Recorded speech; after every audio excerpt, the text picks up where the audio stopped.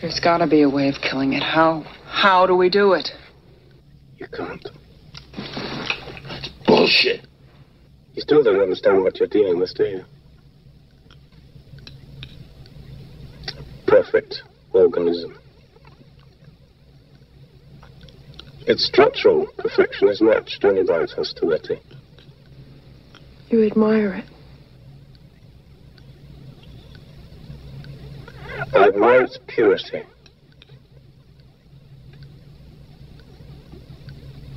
A survivor. Unclouded by conscience, remorse, or delusions of morality. Look, I've heard enough of this, and I'm asking you to pull the plug. Last word. What? I can't lie to you about your chances, but you have my sympathies. Computer? Hail, Mr. Takayama. Hailing Katsuhiko Takayama. Response received. On screen. Katsuhiko Takayama in the flesh. I am Zyvox the Unyielding, and I have a proposition for you. I've sampled the animated wine you created, and I have to say, as a being who loves seeing the innocent suffer, I found it most entertaining. But I know your secret, that you restrained yourself when you created it. You had not the backbone to unleash your full power. So what I offer is a bargain. Craft me the worst, most dreadful anime ever created, and I will use it to break the spirits of every man, woman, and child on the planet. You will finally be able to truly explore your hate for your fellow man, and I will have the earth at my knees. What do you say? Just as I thought, I'll be in touch. Computer, kill the connection. Connection severed. Computer, set a course for Earth and ready my broadcast chamber. I have a speech to make. Also, don't forget to record the Great British Bake Off.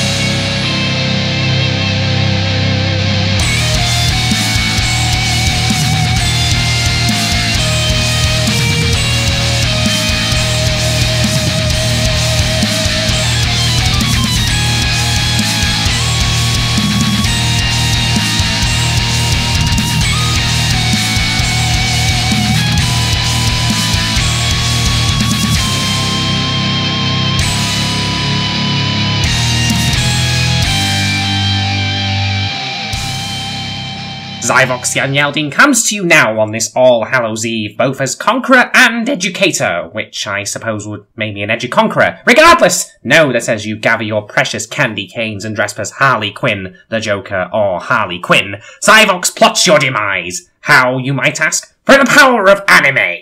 Don't believe me? I once conquered an entire planet in a day by broadcasting Guilty Crown on all of their analog and digital media channels. Not in all of my centuries of existence have I ever seen a 700-page Treaty of Surrender write itself so fast. I was even able to stop at Arby's on the way back. But yes, I've seen what your Earth anime can do to people. To think I spend trillions on planet-busting warheads and flesh-eating grey goo projects when all I needed to do was grab a copy of Mad Bull 34 at the bargain bin in your local Walmart. Who needs weapons of mass destruction when you have shitty anime? So in order to best subjugate your planet, I went in search of an anime so heinous, so terrible, so perfectly evil that it would break your spirits in moments and leave your world ripe for the taking. So I decided to search for terrible anime in Google, with safe search turned off, because Zyvox fears nothing. But even that was a bit too much for me, so instead I listened to some terrible bald man on the internet bitch and complain about an anime he saw called Mouse. I was compelled to investigate, and I believe I have my masterpiece, the nuclear football to end all comically undersized weapons of mass destruction. Mouse has the pleasant attribute of being 12 episodes long, but only 14 minutes each. Clearly the creators knew how to concentrate their poison, which is certainly a hot skill to have on your CV. As for the show itself, our first episode opens with police surrounding a museum, with cordons saying to keep out. A fine warning about the anime itself, I say, if you're a simpering, weak-hearted coward, unlike Zyvox! The museum plays host to a valuable golden skull, and is then swallowed into the earth by Mouse himself, presumably leveraging the power of the Arrakis sandworm. The police chief pretends he's William Shatner for a moment, and then we get the opening, an ear-splitting cacophony so terrible it almost beats me singing in the shower each morning. Allow me to demonstrate. Computer, play the clip. Acknowledged. Commencing playback. Mouse, true mouse. Mouse, true mouse. おしゃれ泥棒に恋泥棒いろいろいるけどあなたはやっと最高よ世界一よいつかせいからお会いした秘密の話してみただけどあなたはどこにいるの If you're still alive and not dying from an aneurysm, you have my congratulations! For now. This opening also introduces us to our 3 ladies who belong to Mr. Mouse's harem. They have names, but I've taken on the spirit of the creators and chosen not to give a damn. So for your convenience and mine, you may call them Red, Pink, and Minty Fresh. Pink, as it happens, has mammary glands so big she almost knocks herself out with them while swiveling on her chair. I understand your human females have access to what's called a bra, but I guess Pink forgot that small detail. My mother had back problems, but she at least had the excuse of being a 500-ton hive queen who couldn't move. But enough of that. After the opening, we meet Sorata, Mr. Mouse himself, sneaking into class at Exposition University, where professors will tell you, as you know, the finest way of learning. But it turns out Sorata is a complete pussy. A mewling waste of oxygen, the man who stole an entire museum turns out to be harassed by his henchwenches, like a small child being cornered by starving jackals, so naturally I love this scene! But somehow this spineless tubeworm of a man is the target of affection of all the ladies in the school, both his harem and the others, whose voices all sound like someone playing a violin made from Yogg-Sothoth's nasal hairs. So, our police chief challenges Mouse to steal a building, and that's our episode. Oh, and there's the ending theme, a beautiful aria of percussion and melodic ambrosia that will delight your senses.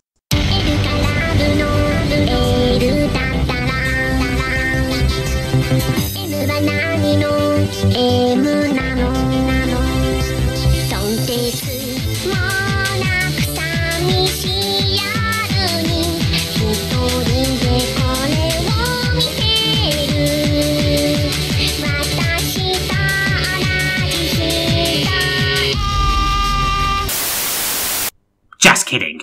Our next episode features a cameo from Thunderbird 2, which is surprisingly not the last obscure non-sequitur reference you'll see in this animated cyanide. Mouse sets out his plans to steal the building, and is confronted by his henchwenches showing their undercarriages to him, which for some reason terrifies him immensely. I can only assume he watched the film Teeth as a child, which coincidentally was my favourite movie growing up. So Mouse launches his operation against the tower, pulling off stunts on a motorbike that even Evel Knievel could have envisioned in his wildest wet dreams. But the SATs are in hot pursuit. No, not the examinations your meddling Earth kids take, but the Special Assault Team. But they're no match for Mouse, who takes out 24 of their soldiers, armed with assault rifles, off camera, with only his bare hands. I would have been impressed if I was allowed to see it, but do you not understand? If Mouse can do that, anyone can! You are never safe from people hitting you off camera. Cower in fear!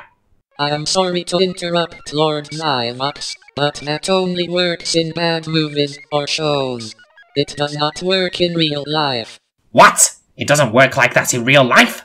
Well, that's terrible. I had hoped to use it to kill my uncle without anyone recording the crime. But anyway, Episode 3 includes an extended dream sequence that I am certain was designed to cause the heads of feminists to explode, further proving Mouse is the best formulated lethal chemical agent since mustard gas, or Justin Bieber. But in the equally harsh reality of Mouse, it turns out he has ended up double booking himself on a date with one of his students, while also threatening to steal a diamond necklace. Truly a dilemma worthy of Shakespeare, or possibly E.L. James if you want to be generous. It's here that we learn that all of Mouse's henchwenches are extremely attracted to him for reasons that, well, frankly eluded me until a later episode, such that Red almost scolds her nipple with a scorching showerhead in shame that Mouse does not return her affections. Since I was told by a man named Mr. Opeye on the internet that this show was a documentary, clearly this must be accurate of how all women act. She was born into Mouse's servitude, just like every one of you listening to me is destined to be my slaves! It just hasn't happened yet, mind you, since a few checks haven't cleared, which I blame entirely on my new employer's Harmony Gold. Fool's gold, I say, but it is I who will have the last laugh against them. Episode 4 also has Minty Fresh come into possession of a camera that she says, and I quote, even women can use. Now, Zyvox is not intimately familiar with your females, but I was not aware they possess claw-like mandibles incapable of operating such a device. If they do, though, Zyvox offers his sympathy, as I struggle to take pictures for my Tinder profile on my Samsung Galaxy Note 7, but at least it works well as a live hand grenade! Apparently, this episode also shills a no-calorie beer just for women too, which leads me to believe in the world of Mouse that the ladies can only exist in special biomes with pink dye mixed into the air. I might be a ravenous tyrant bent on galactic conquest, but Mouse has proven an excellent manual on how to oppress a particular group of people, even for someone as experienced as me. Mouse pulls off the heist with ease thanks to a baited switch that allows him to be with his date from the school, and also utilises the fact that every cop in the building is completely colourblind, because they do not recognise that Red is disguised as him, but still showing off her blonde hair while his is black. Also, the fact she has memories seems to elude them as well. These policemen couldn't spot Where's Waldo in one of his self-portraits. Oh, also, Red has a crisis of faith in her own skills because she feels she's unworthy of Mouse's attention, even though he's a completely dimensionless Gary Stew who is terrified of his own erection. By presuming this to be backstory is like assuming setting your brother on fire isn't fratricide, which it totally wasn't, by the way. My brother just happened to spontaneously combust, I swear. But that's getting off topic. Episode 5 begins with a sex spider. In or out of context, that's still fantastic. That happens to be the name I gave to my 33rd wife, but she didn't take kindly to it and left with the kids. Although, to be fair, she was actually a giant centipede, so I can understand why she was offended. But enough about that. Have you heard of Terry Pratchett? Pratchett, as I understand, was a British novelist famous for his Discworld series of novels, and he generally brightened up people's lives in doing so. I suppose me and him wouldn't have got along then, but I can at least respect the man's output. Not the creator of Mouse, though, who decided he would homage the Discworld as a virtual reality computer. Yes, the Discworld of elephants on a turtle's back holding up a stone disc, complete fantasy, here reimagined as the Matrix by way of an LSD overdose. I can only assume the creator of Mouse hasn't read a book! Minty Fresh hooks herself up to the Fatrix and ends up scrambling her brain like so many delicious, delicious eggs. This is supposedly her backstory episode along with episode 6, but it's honestly about as deep and meaningful as a fortune cookie message with the word titty written on it. Zyvox is fine with that though, as the machine clearly proves effective, which means I now have a new design for my Soul Twister device. Which, admittedly, was just reruns of Twilight in a box room with no external light. It worked, though. My fourth brother still screams like he's got his zipper in a way that will never, ever come loose. After episode 6, which I think is what we'd experience after eating surf and turf at Red Lobster, given how much of an extrasensory, incomprehensible experience this is, we get to Pink's backstory. And if you happen to have 2 X's for chromosomes, are of the female persuasion, Mouse now raises its other middle finger to you and your kind specifically. Here we learn Pink was terrified of men back in the days that she had the audacity to excel in the study of pharmacology. The nerve of her! In particular, we see a man ask her out for a nice cup of tea, which causes her to flee for the hills. I can only assume Pink feared her suitor being a creep, or possibly being served Starbucks.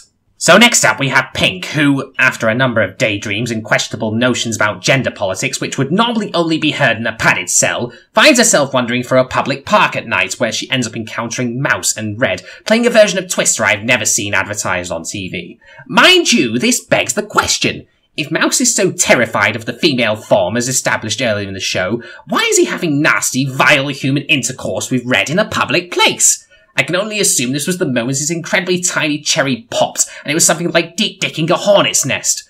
But this whole incident troubles Pink immensely, as she struggles with complex emotional and psychosexual issues that this show, on account of its tiny budget, could not afford to give a shit about. Pink's backstory ends with Mouse attempting to steal a rare flower from her laboratory, and it's here that Mouse reveals his true power, that he's a Sith Lord. Emperor Palpatine might be a good friend of mine, but he has nothing on Mouse's Jedi mind trick, where Pink, cowering in fear over a raging inferno in her lab, is compelled to leave with Mouse after he looks her in the eye and tells her, "I am your master." Turns out that Pink all along wanted to serve someone, so the woman who hates men becomes the doormat to one because he won a staring contest with her. Sometimes it can take months for me to overthrow a kingdom of billions, but clearly I need to up my game to be on Mouse's level. He can hypnotise people just by giving them a stern glance. Although last time I tried that at some backwater village, the people ran away, which offended me greatly as I was only asking for directions.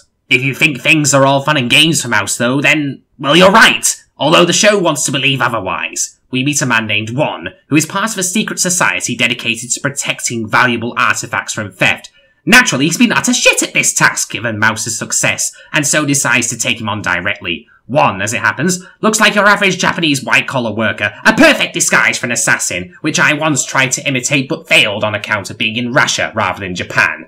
Geography, sadly, is not my strong suit unless it comes to deciding where to deploy planet busters, or with games of Risk. Pink and Minty Fresh are ambushed by Juan's own penis fly traps and are taken out, while Mouse's next date with his red-haired, harpy-voiced student is utterly ruined by Juan himself. A revenge plot for the ages that will absolutely deter Mouse from stealing so much of a copy of Reader's Digest. But Mouse continues on and tries to steal some fancy clock, but Juan ambushes him and turns his own ladies against him. Sadly, Mouse does not get scalped at this point, as he had the good sense to install an electric shock device in their skimpy outfits, and the two are actually Juan's own ladies in disguise.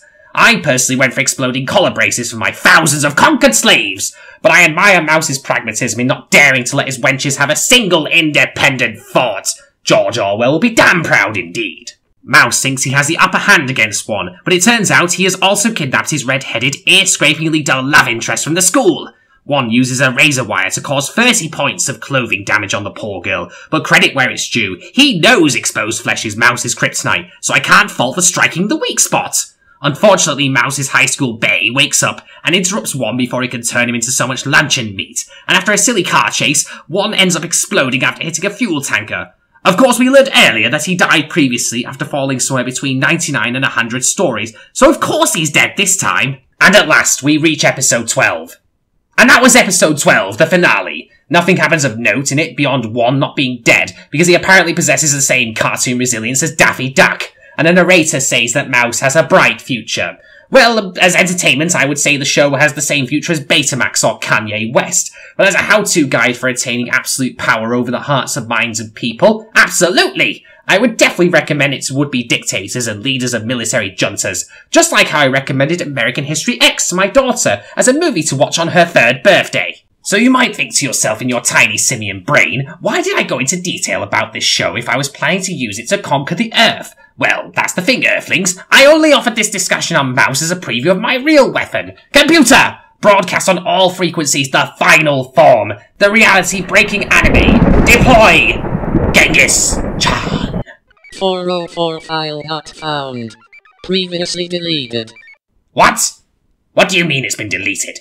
File deleted to create space to allow saving of previously requested priority recording.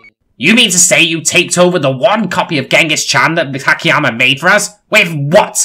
As per your previous request, Lord Zyvox, the priority recording was of the television show The Great British Bake Off. Oh, well, I suppose that's acceptable. But don't think you've got enough lightly, Earthlings. I will return, and you will all bend your knee before Zyvox the Unyielding! Right after I finish adoring these pastries, they look so yummy.